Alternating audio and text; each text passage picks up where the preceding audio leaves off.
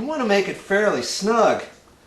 But if this was a hollow core door, let's say, if you do it too tight, your latch might not go in and out nice and easy, and it might be because you've got one of these screws too tight and it's actually sucked the door in too much, and then it's creating some friction on the inside of your latch or your locking assembly.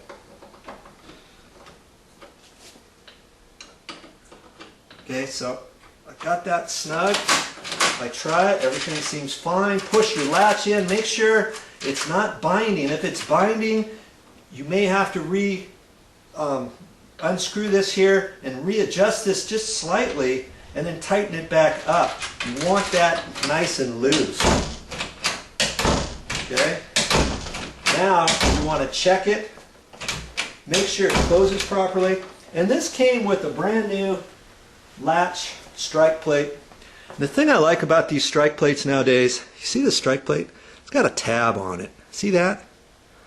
That is so that you can adjust this. You can take a pair of pliers, grab that, bend that over at a slight angle, let's say, if your door is chattering.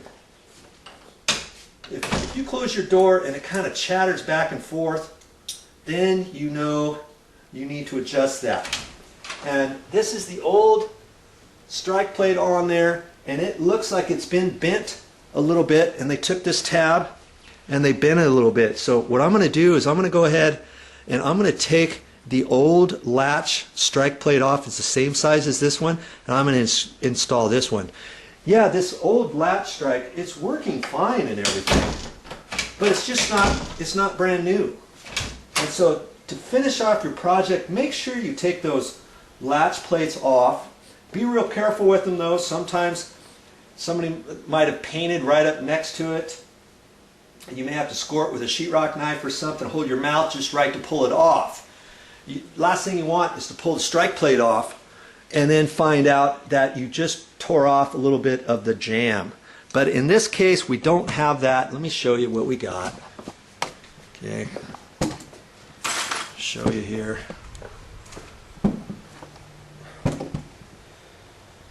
You see, they used to have a T-strike in here real big.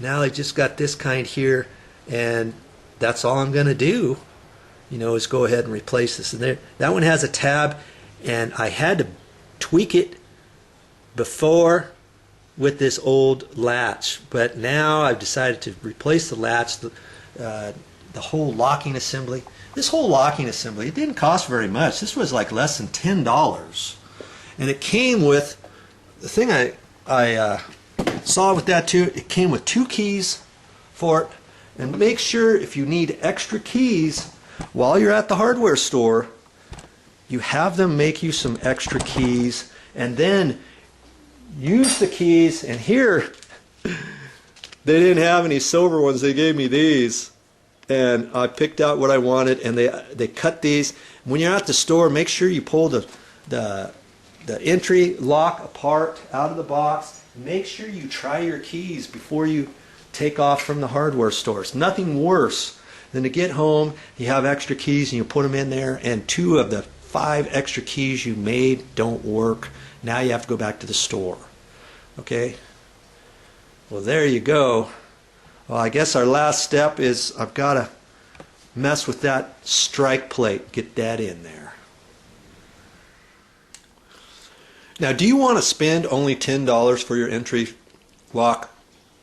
You know, look at the different brands. You can spend maybe up to $30 or so for an entry style lock, and they might even come with a deadbolt, and it comes in a set, and you could spend way more than that. So look at your budget, finances, make a determination of what you're going to do, and do it.